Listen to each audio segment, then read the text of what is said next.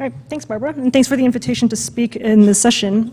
So my talk today is actually going to focus more on some of the observations we've found of these increased earthquake rates, and the talk following mine, given by my colleague Bill Ellsworth, is going to focus more on the hazard implications. So by now we're probably all pretty familiar with the observation that the earthquake rate in the CEUS has increased significantly since 2009. This figure from Bill's paper in 2013 shows the cumulative number of magnitude 3 and higher earthquakes from 1970 through 2013, and you can see that the rate is pretty much constant until about 2001 or so, starts to increase gradually, but really the sharp uptick occurs in 2009. You can also see that in this figure here on the right, which is just showing the binned yearly rates of these earthquakes from 1973 to 2014. And the red line here shows the expected rate based on the earthquakes that occurred before 2009, with the dashed and the dotted lines showing the 95 and 99% confidence limits of that rate. And you can see that the annual rates following for 2009 onward are all significantly higher than that expected rate by factors of 2 to 4. But the earthquake rate isn't increasing uniformly across the entire mid-continent. It's really only limited to a few geographic areas, which happen to be areas where oil and gas production are occurring. So to illustrate that, let's again take a look at this cumulative number plot. So this is now zoomed in, looking at 1995 through 2014, with the dashed line here indicating 2009. So let's start taking out earthquakes that are occurring in places that have been identified in the literature as having induced seismicity. And let's start with Oklahoma, for example. And so right away, if you take out the earthquakes in this box around Oklahoma, you can see that that rate increase drops off significantly. Then let's remove the earthquakes in Guy-Greenbrier. You can see that that again flattens out this rate increase. And then we can remove earthquakes in the Raton Basin here on the Colorado-New Mexico border, which flattens it out more. And then earthquakes in Cogdell, Texas, and by this point you can see that we're pretty much more or less at this sort of pre-2009 background rate.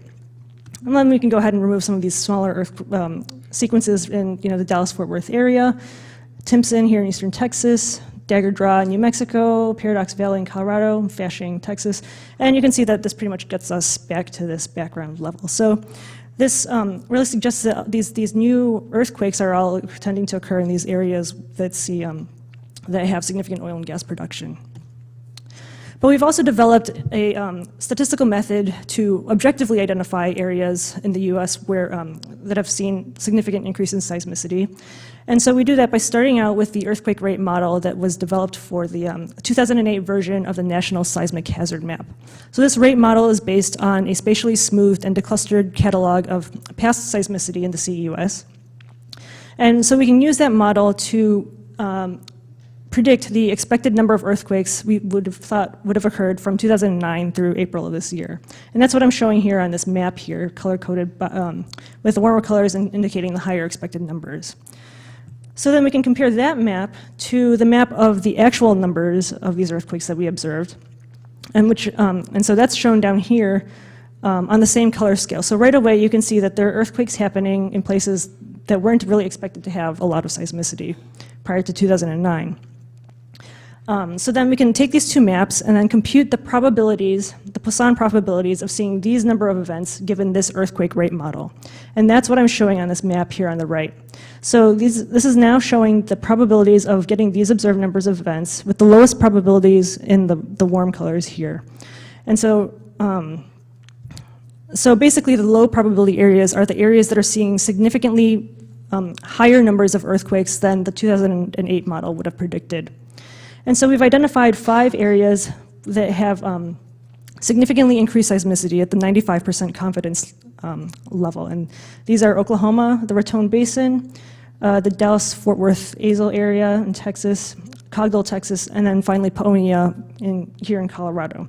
Now with the exception of Paonia, which is likely related to underground coal mining, all these other areas, again, all occur in oil and gas producing regions, and all have been suspected of having induced seismicity in the literature. So let's zoom into Oklahoma, which is by far the largest contributor to the CEUS seismicity increase. So if we take that statistical method that I described in the previous slide, we can apply that to the earthquake catalog in Oklahoma to identify these areas of increased seismicity and look at how they evolve over the years from 2009 through 2014. So these colored areas represent sort of the contour of the extent of these areas of increased seismicity. So you can, and I should mention that the dots are the earthquakes, magnitude 3 and higher earthquakes from the Oklahoma Geological Survey catalog that help define these regions. So you can see that from 2009 through about 2012 or so, the area of increased seismicity is really concentrated in the central part of the state.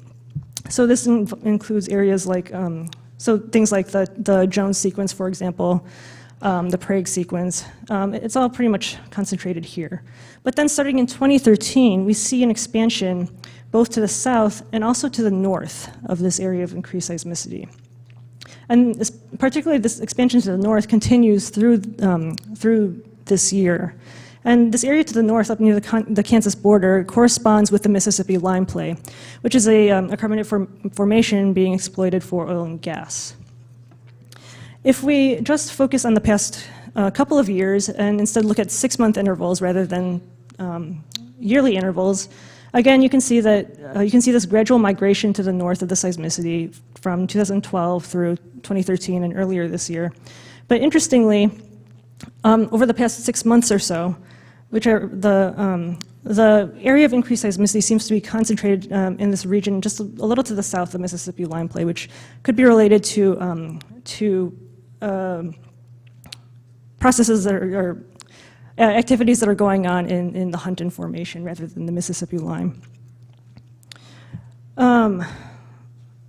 So given that we have these kinds of, we have the ability to map out these kinds of contours and look at how these areas are evolving over space and time, we can then compare the space-time evolution of the seismicity increase to the space-time evolution of industrial activity. And one metric that I'm going to show here of industrial activity is the number of wells being drilled or being completed in Oklahoma over time. So what I'm showing here are yearly maps with the colors representing the number of wells completed in each Oklahoma township.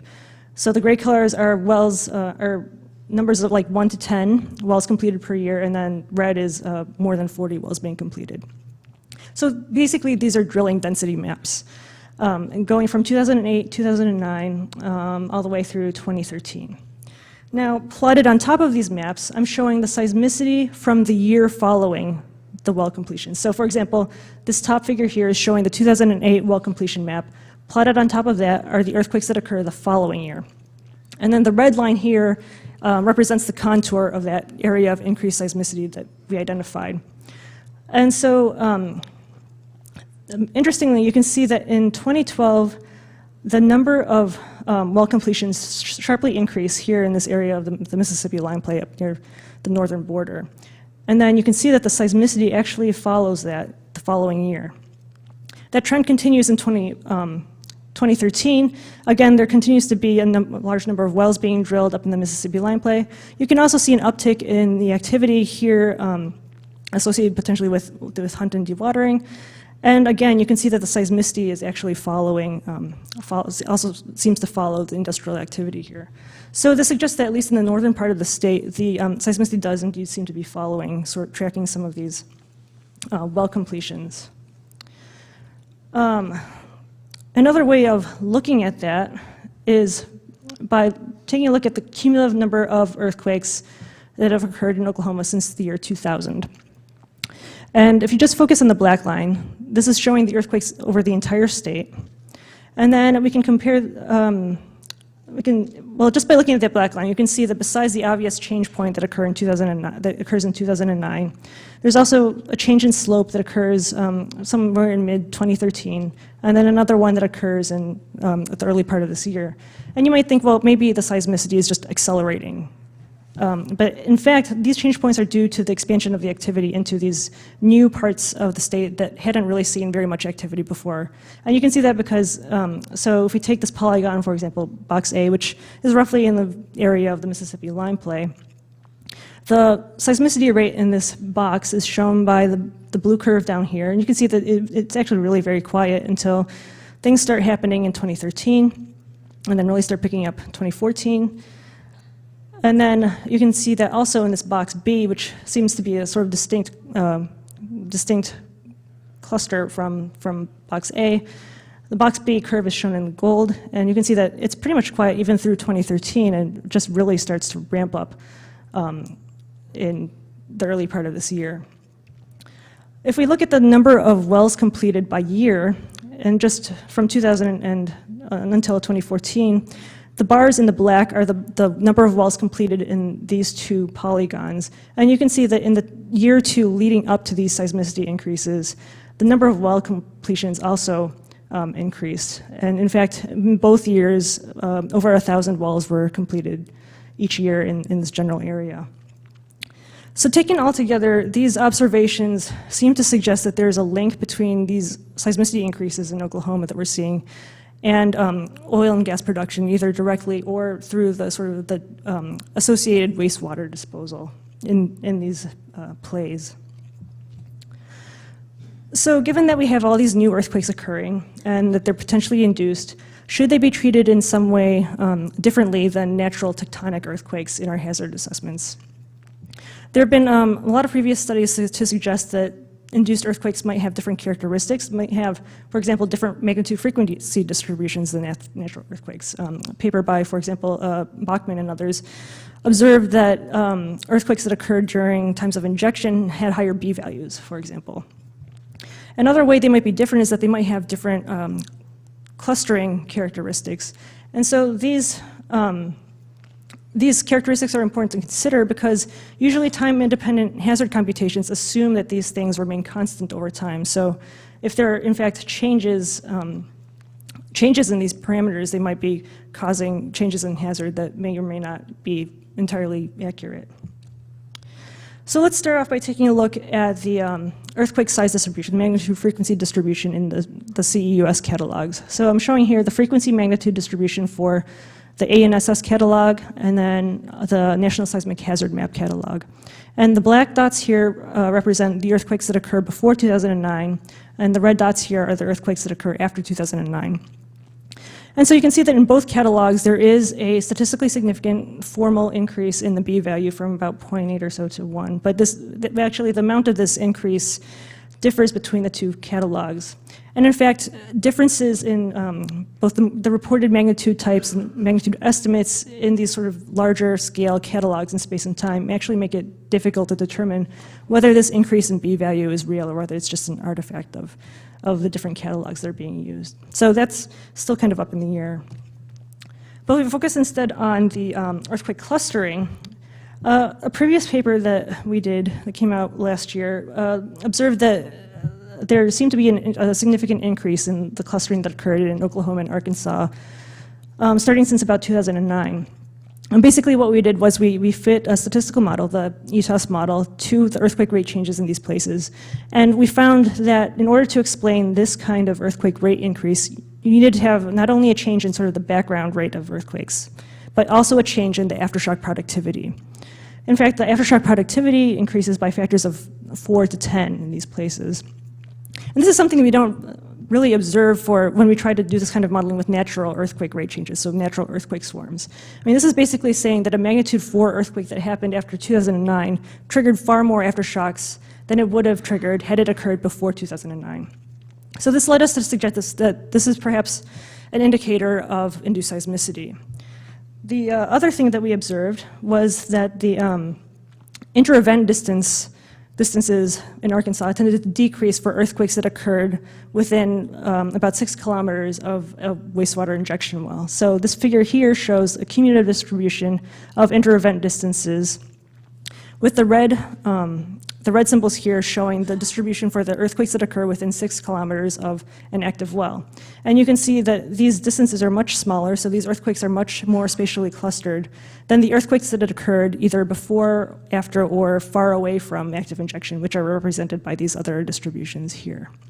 So again, this suggests that a change in clustering might be indicative of injection-induced seismicity.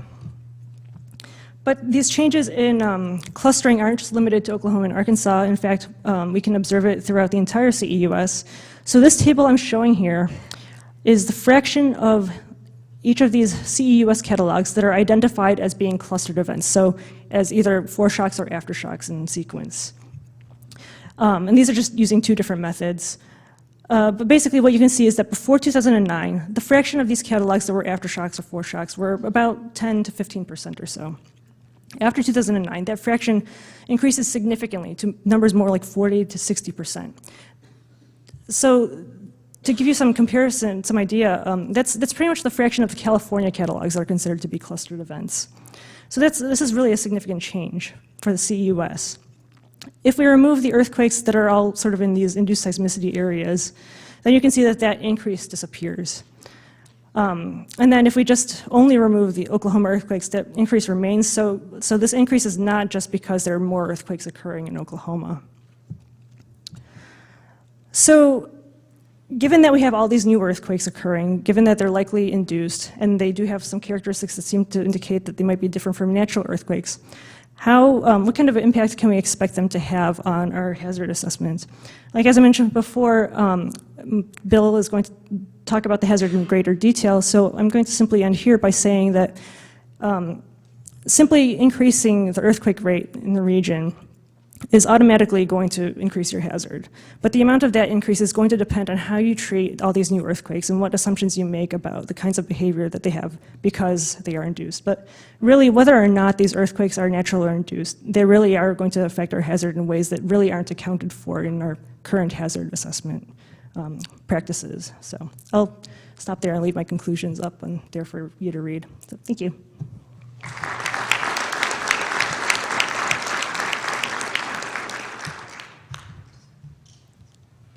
We have time for a few questions. Well, I have a question. I'd like to know, a lot of your, that was a really nice summary of how clear it is that things have changed and many tools that you can use to assess that the situation has changed. How quickly is it possible to evaluate that things have changed so that there can be an adaptation by regulatory agencies, like things moving into northern Oklahoma? How long a time frame with the catalog that you have do you need? So I guess the answer to that would be that it varies.